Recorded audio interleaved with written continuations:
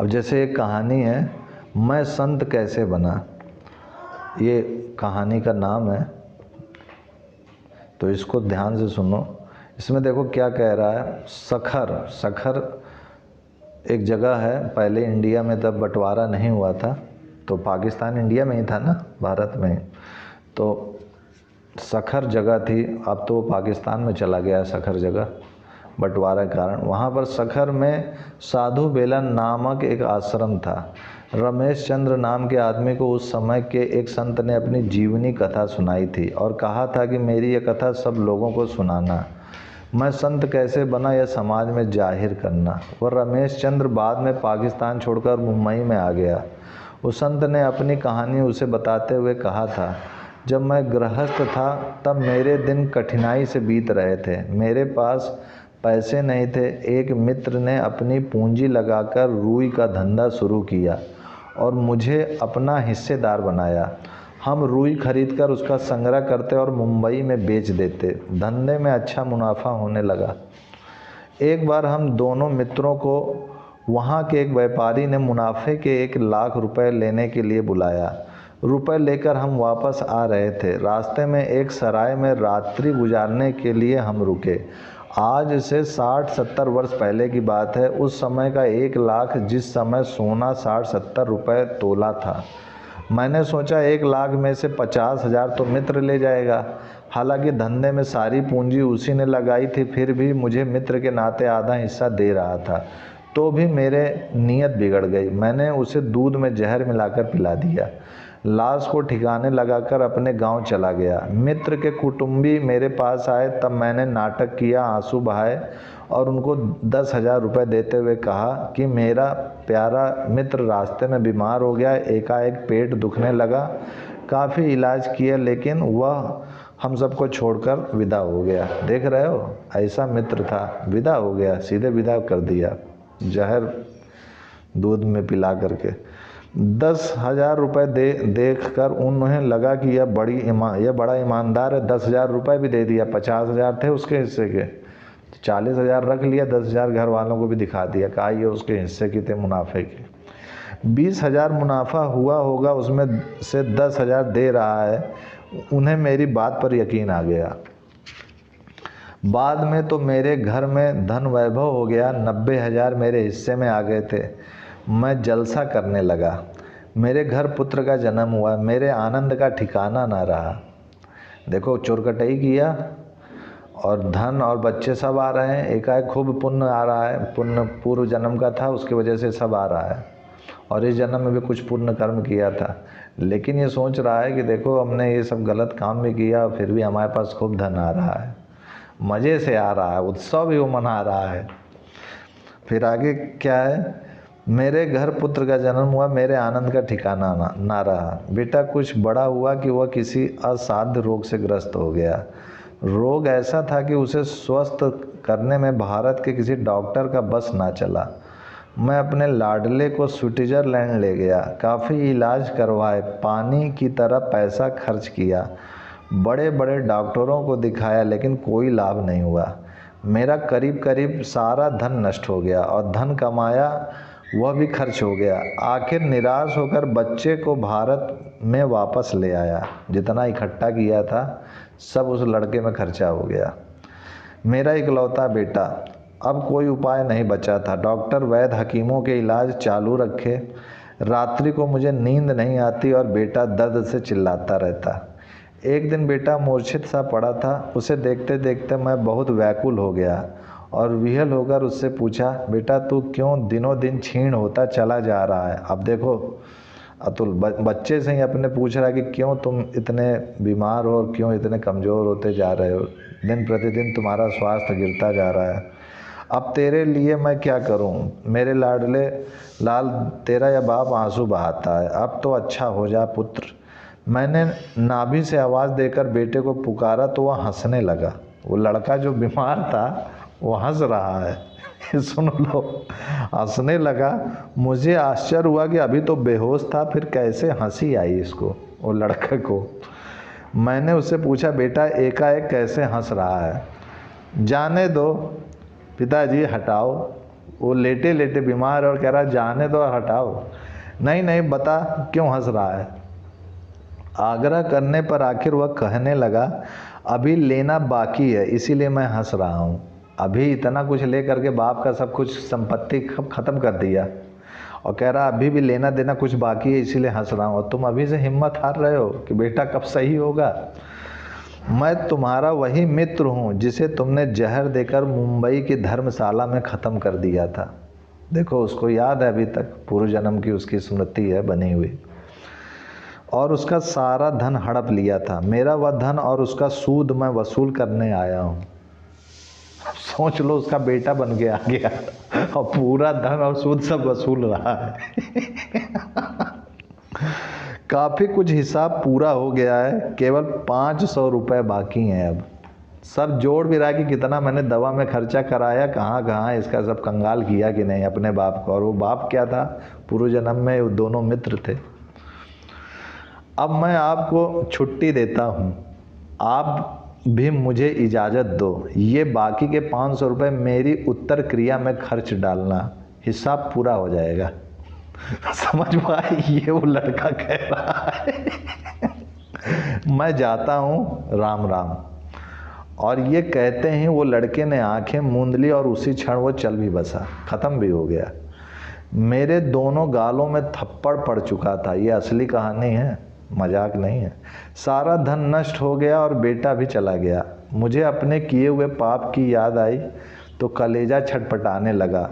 जब कोई हमारे कर्म नहीं देखता है तब भी देखने वाला मौजूद है। अब इसने वहाँ धर्मशाला में जहर पिला के मार दिया और गाड़ भी दिया ला, सोचा कि कोई देख नहीं रहा है, लेकिन देखो कर्म का फल उसको घूम करके मिल रहा है। अभी कर्म का फल ऐसे सबको मिलता है, लेकिन यहाँ पर इस केस में उस लड़के को पूर्व जन्म की स्मृति थी ईश्वर की कृपा से। तो पूर्व जन्म की स्मृति थी तो उसने बोल दी, नहीं तो कहेंगे अरे पूर्व जन्म होता ही नहीं है, कुछ ये सब कल्पना की बातें हैं। ये कल्पना की बात नहीं, हकीकत है, हकीकत कहानी है। कलेजा झटपटाने लगा। हाँ आगे पकड़। यहाँ जब कोई हमारे कर्म नहीं देखता है तब भी देखने वाला मौजूद है। यहाँ की सरकार अपराधी को शायद नहीं पकड़ेगी तो भी ऊपर वाली सरकार तो है ही, उसकी नज़रों से कोई बच नहीं सकता। मैंने बेटे की उत्तर क्रिया करवाई, अपनी बची खुची संपत्ति अच्छी अच्छी जगहों में लगा दी और मैं साधु बन गया। आप कृपा करके मेरी यह बात लोगों को कहना। मैंने जो भूल की ऐसी भूल हुए ना करें, क्योंकि ये पृथ्वी कर्म भूमि है। कर्म प्रधान विश्व करी राखा, जो जस करहूँ सो तस फलु चाखा। कर्म का सिद्धांत अकाट्य है। जैसे कांटे से कांटा निकलता है, ऐसे ही अच्छे कर्मों से बुरे कर्मों का प्रायश्चित होता है। सबसे अच्छा कर्म है जीवन दाता पर ब्रह्म परमात्मा को सर्वथा समर्पित हो जाना। पूर्व काल में मैं कैसे भी बुरे कर्म हो गए हों, उन कर्मों का प्रायश्चित करके फिर से ऐसी गलती ना हो जाए ऐसा दृढ़ संकल्प करना चाहिए। जिसके प्रति बुरे कर्म हो गए हों उससे क्षमा याचना करके अपना अंतःकरण उज्ज्वल करके मौत से पहले जीवन दाता से मुलाकात कर लेनी चाहिए। भगवान श्री कृष्ण कहते हैं, यदि कोई अति से दुराचारी भी अनन्य भाव से मेरा भक्त होकर मुझको भजता है तो वह साधु ही मानने योग्य है, क्योंकि वह यथार्थ निश्चय वाला है। अर्थात उसने भली भांति निश्चय कर लिया है कि परमेश्वर के भजन के समान अन्य कुछ भी नहीं है। यदि तू अन्य सब पापियों से भी अधिक पाप करने वाला है तो भी तू ज्ञान रूप नौका द्वारा निसंदेह संपूर्ण पाप समुद्र से भली भांति तर जाएगा। तो ये चीज़ थी कि मैं संत कैसे बना शीर्षक की हकीकत कहानी। ऐसे ही एक और है कि जिससे कि एक और चीज़ है कि सुनहु भरत भावी प्रबल। इसमें क्या है, 3 प्रकार के प्रारब्ध होते हैं, मंद प्रारब्ध, तीव्र प्रारब्ध, तर तीव्र प्रारब्ध। इसको ध्यान समझना कि मंद प्रारब्ध क्या है, तीव्र प्रारब्ध क्या और तर तीव्र प्रारब्ध क्या है। मंद प्रारब्ध को तो आप वैदिक पुरुषार्थ से बदल सकते हैं। तीव्र प्रारब्ध आपके पुरुषार्थ एवं संतों महापुरुषों की कृपा से टल सकता है, लेकिन तर तीव्र प्रारब्ध में जो होता है वह तो होकर ही रहता है। मतलब अगर मंद प्रारब्ध है तो आप पुरुषार्थ करके उसको बदल सकते हो, और अगर तीव्र प्रारब्ध है तो संतों के आशीर्वाद से, भगवान की पूजा से, भगवान के आशीर्वाद से बदल सकते हो। लेकिन तर तीव्र प्रारब्ध है तो वो तो फल भोगना ही पड़ता है, उससे बच नहीं सकते। जैसे कि ये कहानी है, हकीकत है ये, कि एक बार रावण कहीं जा रहा था, रास्ते में उसे विधाता मिले। रावण ने उन्हें ठीक से पहचान लिया। उसने कहा, हे विधाता, आप कहाँ से पधार रहे हैं? मैं कौशल देश गया था। क्यों, कौशल देश में ऐसी क्या बात है? कौशल नरेश के यहाँ बेटी का जन्म हुआ है। अच्छा, उसके भाग्य में क्या है? कौशल नरेश की बेटी कौशल्या का भाग बहुत अच्छा है। उसकी शादी राजा दशरथ के साथ होगी। उसके घर स्वयं भगवान विष्णु श्री राम के रूप में अवतरित होंगे और उन्हीं श्री राम के साथ तुम्हारा युद्ध होगा। वे तुम्हें यमपुरी पहुंचाएंगे। विधाता कह रहे हैं, मतलब ब्रह्मा जी कह रहे हैं। मिल गए होंगे रावण को, तो देवलोक तक को भी कब्जा किया था ना। विधाता, तुम्हारा बुढ़ापा आ रहा है, लगता है तुम सठिया गए हो। ब्रह्मा जी को कह रहा है रावण। अरे जो कौशल्या अभी अभी पैदा हुई है और दशरथ नन्हा मुन्ना लड़का, वे बड़े होंगे, उनकी शादी होगी, उनको बच्चा होगा, फिर वह बच्चा जब बड़ा होगा तब युद्ध करने आएगा। मनुष्य का वह बालक मुझे जैसे महाप्रतापी रावण से युद्ध करेगा? मैं भी देख लूंगा, रावण कह रहा है। रावण बाहर से तो डींग हाँकता हुआ चला गया, परंतु भीतर चोट लग गई। समय बीतता गया। रावण इन बातों को ख्याल में रखकर कौशल्या और दशरथ के बारे में सब जांच पड़ताल करवाता रहता था। कौशल्या सगाई के योग्य हो गई है तो सगाई हुई कि नहीं। फिर देखा कि समय आने पर कौशल्या की सगाई दशरथ के साथ ही हुई। उसको एक झटका सा लगा, परंतु वह अपने आप को समझाने लगा कि सगाई हुई तो इसमें क्या, अभी तो शादी हो, उनको बेटे हों, बेटा बड़ा हो तब की बात है, और वह मुझे क्या यमपुरी पहुंचाएगा। रोग और शत्रु को नज़रअंदाज नहीं करना चाहिए, उन पर नज़र रखनी चाहिए। रावण कौशल्या और दशरथ की पूरी खबर रखता था। राजा था तो ये नीति भी अपनाता था कि रोग और शत्रु को नज़रअंदाज नहीं करना चाहिए। छोटा सा रोग को नज़रअंदाज करो तो पता चला कैंसर का रूप ले ले। समझ रहे हो ना।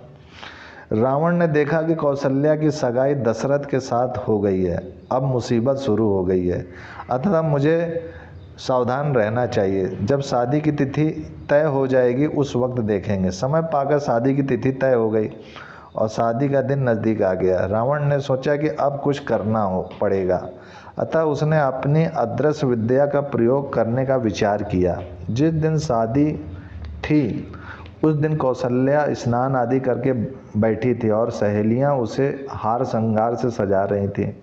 उस वक्त अवसर पाकर रावण ने कौशल्या का हरण कर लिया और उसे लकड़े के बक्से में बंद करके वह बक्सा पानी में बहा दिया। रावण कि अब ये मर जाएगी, बहा दिया, अब मर ही जाएगी पानी में डूब करके, अब ना शादी होगी ना कोई श्री राम भगवान अवतार लेंगे। इधर कौशल्या के साथ शादी कराने के लिए दूल्हा दशरथ को लेकर राजा अज, गुरु वशिष्ठ तथा बारातियों के साथ कौशल देश की ओर निकल पड़े थे। एकाएक दशरथ और वशिष्ठ जी के हाथी चिंघाड़ कर भागने लगे। एकाएक, हाथी से पहले जाते थे सब बाराती उराती में। महावतों की लाख कोशिशों के बावजूद भी वो रुकने का नाम नहीं ले रहे थे। तब वशिष्ठ जी ने कहा, छोड़ो, हाथी जहाँ जाना चाहते हो जाने दो, उनके प्रेरक भी तो परमात्मा है। हाथी दौड़ते भागते वहीं पहुंच गए जहां पानी में बहकर आता हुआ लकड़े का बक्सा किनारे आ गया था। बक्सा देखकर सब चकित हो गए। उससे खोलकर देखा तो अंदर से हार श्रृंगार से सजी एक कन्या निकली, जो बड़ी लज्जित होती हुई सिर नीचा करके खड़ी खड़ी अपने पैर के अंगूठे से धरती कुरेदने लगी। वशिष्ठ जी ने कहा, मैं वशिष्ठ ब्राह्मण हूँ। पुत्री, पिता के आगे और गुरु के आगे संकोच छोड़कर अपना अभिष्ट और अपना व्यथा बता देना चाहिए। तू कौन है और तेरी ऐसी स्थिति कैसे हुई? वशिष्ठ जी पूछ रहे हैं। उसने जवाब दिया, मैं कौशल देश के राजा की पुत्री कौशल्या हूँ। वशिष्ठ जी समझ गए, आज तो शादी की तिथि है और शादी का समय भी नज़दीक आ रहा है। कौशल्या ने बताया, कोई असुर मुझे उठाकर ले गया, फिर लकड़े के बक्से में डालकर मुझे बहा दिया। अब मुझे कुछ पता नहीं चल रहा है कि मैं कहाँ हूँ। वशिष्ठ जी ने कहा, बेटी फिक्र मत कर, तर तीव्र प्रारब्ध में जैसा लिखा होता है वैसा ही होकर रहता है। देख, मैं वशिष्ठ ब्राह्मण हूँ, ये दशरथ है और तू कौशल्या है। अभी शादी का मुहूर्त भी है, मैं अभी यहीं पर तुम्हारा गंधर्व विवाह करा देता हूँ। खुद ही ये सोचा था कि बक्से में डाल के मार डालूंगा और दोनों को मिला आया जा करके, तुरंत गंधर्व विवाह भी हो गया। शादी के मंडप से पहले ही इनका विवाह हो गया, पहुंचने से पहले ही। ऐसा कहकर महर्षि वशिष्ठ जी ने वहीं दशरथ कौशल्या की शादी करा दी। उधर कौशल नरेश कौशल्या को न देखकर चिंतित हो गए कि बारात आने का समय हो गया, क्या करूं, सबको क्या जवाब दूंगा। और अगर यह बात फैल गई कि कन्या का अपहरण हो गया है तो हमारे कुल को कलंक लग जाएगा कि सजी धजी दुल्हन अचानक कहाँ और कैसे गायब हो गई। अपनी इज्जत बचाने के लिए राजा ने कौशल्या की चाकरी में रहने वाली एक दासी को बुलाया। वह करीब कौशल्या की उम्र की थी और उसका रूप लावण्य भी ठीक था। उसे बुलाकर समझाया कि कौशल्या की जगह पर तू तैयार होकर कौशल्या बन जा, हमारी भी इज्जत बच जाएगी और तेरी भी जिंदगी सुधर जाएगी। क्योंकि इनकी बेटी तो गायब हो गई थी, पता ही नहीं कहाँ गई। कुछ दासियों ने मिलकर उसे सजा दिया, मतलब श्रृंगार से अच्छे अच्छे गहने पहनाकर, बालों में तेल फुलेल डालकर बाल बना दिए। वह तो मन ही मन खुश हो रही थी कि अब मैं महारानी बनूंगी।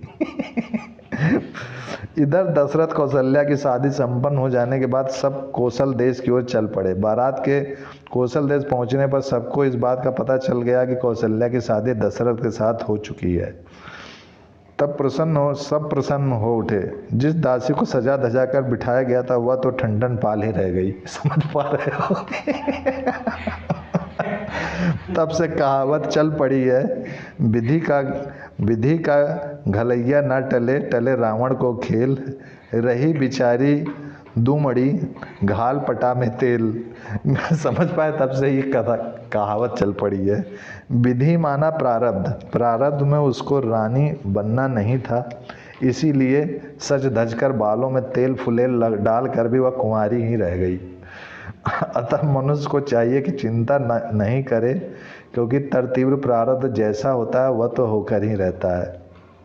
किंतु इसका यह अर्थ भी नहीं है कि हाथ पर हाथ रखकर बैठ जाएं। पुरुषार्थ तो करना ही चाहिए, बिना पुरुषार्थ के कोई भी कार्य सिद्ध होना संभव ही नहीं है। यदि आपने तत्परता से मनोयोग से विचार पूर्वक कार्य किया हो, फिर भी सफल ना हुए हो, तो उसे विधि का विधान मानकर सहजता से स्वीकार करो, दुखी होकर नहीं। श्री रामचरित्र मानस में तुलसीदास जी ने विधि की बात बताते हुए कहा है, सुनहु भरत भावी प्रबल, बिलखी कहे हूँ मुनिनाथ, हानि लाभु जीवनु मरनु, जसु अपजसु विधि हाथ। तो इस बात को समझ पाए दोस्त?